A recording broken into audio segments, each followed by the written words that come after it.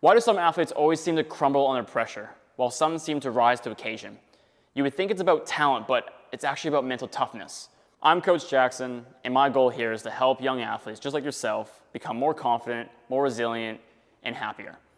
And I think this day and age, a lot of kids are struggling with those things, and we just want to be able to help you reach a higher level, reach a higher standard, and become the best you can possibly be in and out of sport.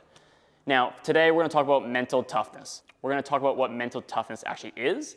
We're going to talk about the key mistakes that people make with it, and also talk about how you can actually develop mental toughness. Because what people think is that people are just born tough. People are just born certain ways, but in reality, it's a skill that you can develop. Okay, so let's break it down first. What is mental toughness? Now, there's three components that we break it down to. It's emotional control, resilience, and focus. Now, emotional control, the reason we bring that one up because how often do we see kids fail at something, make a mistake, get hurt, and all of a sudden they just break down emotionally, get angry, get frustrated, get sad. And to us, that's not being mentally tough because whatever happens to you, whatever setback, you gotta be able to control your emotions, contain yourself to keep moving forward. Because every time something happens to you and you get really upset and angry, how can you perform at your best if you're constantly angry, sad, or upset? You're going to underperform. You're going to play with emotion, and when you play with emotion, you're going to make the wrong decisions. In order for you to perform your best, we got to learn how to control our emotions, and we'll talk more about that later on. Next one's resilience. Resilience means your ability to come back or bounce back from setbacks or failures. Now, for that one, it's not about you being tough per se. It's more about, are you able to get over it quickly and keep moving forward? A common quote that I use for a lot of kids is talking about, if it doesn't matter in 5 years, it shouldn't matter in 5 seconds. The faster you are to move on from a situation, move on from a failure, the faster you get back on track and gain momentum again. Now, the last one, focus. A lot of people will struggle on focusing on the wrong things. That's going to make them underperform and get anxiety, get stressed, and dwell on issues as well. And what I mean by that is you can focus on the external things or the internal things. And what I mean by external is focusing on things you can't control. You can't control what happens in a game. You can't control what the ref does. You can't control what people are saying from the sidelines. You can't control politics. And if you keep focusing on those things, you're not focusing on the internal, which is focusing on yourself within. What can I do? What can I do to get better? What can I do to take control of the situation? Okay? So that's a bit of the breakdown of what mental toughness actually is. Now let's talk about the biggest mistakes that people make about these three here.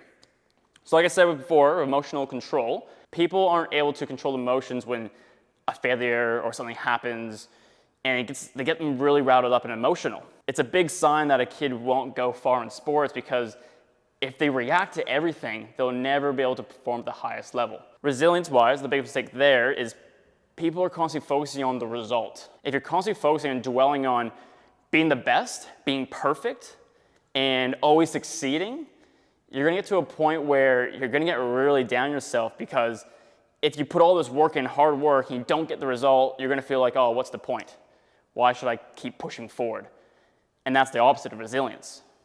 And so how are we gonna develop resilience? By focusing on your perspective and focusing on how can we get better at pushing forward no matter what.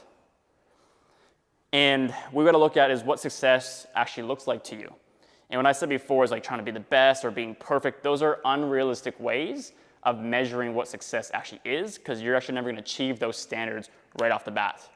You only achieve those standards, success, getting better, not being perfect, but improving constantly by continually learning and growing by failing and then learning from the mistake and then bounce back, go again. So we got to look at resilience as how can I learn quicker? How can I fail quicker? The faster you can fail, the faster you learn, the faster you can grow. And then you're going to build resilience over time because, challenges and failure, it's uncomfortable. No one wants to fail. No one's excited waking up in the morning, yeah, I'm so excited to suck at something. We need to learn about how to enjoy the process of learning. And if you get really good at learning, you're going to be able to bounce back faster no matter what happens to you. Now, the last one is focus.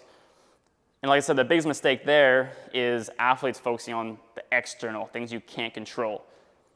And essentially that's being a victim, having a victim mindset.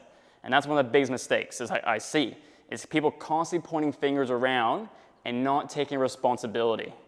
If you're constantly pointing fingers around, you're forcing all the control that you could have had, your personal control, your personal power, and giving it away to everything around you. If you had one athlete who says, I'll get it done no matter what happens, versus an athlete says, oh, I can't get it done because this is all happening, who's going to win? Okay, and the last one we're going to talk about is the strategies to build these now. So what can we do? What kind of methods can we implement to help you build mental toughness?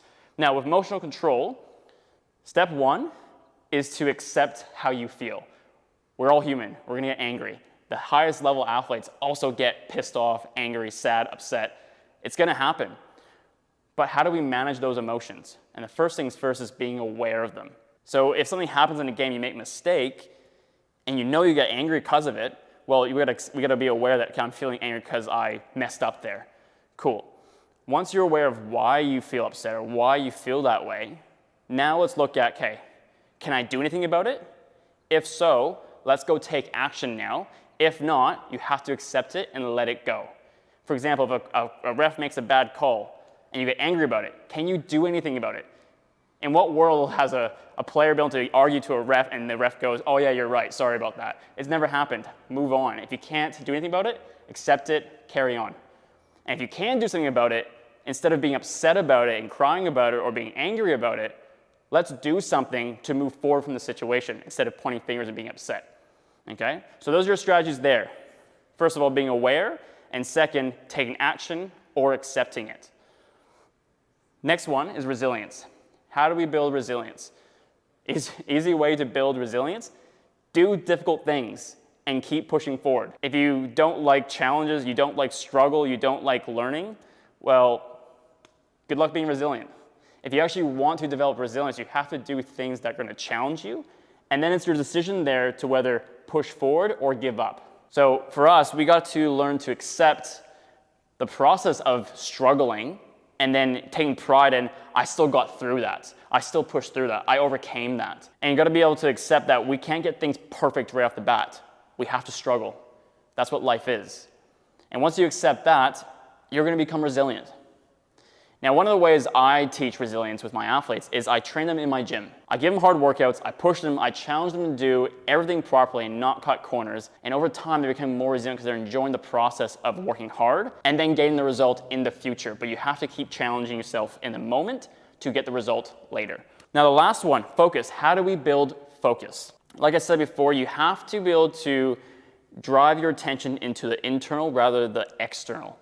Not pointing fingers, but taking responsibility. So focusing on what you can control. So in a game, when you're playing your sport, are you going to focus on what other players are saying? You're going to focus on what the ref is calling? You're going to focus on what the parents are saying from the sideline? Or are you going to focus on what can I do in this moment to win this game for my team?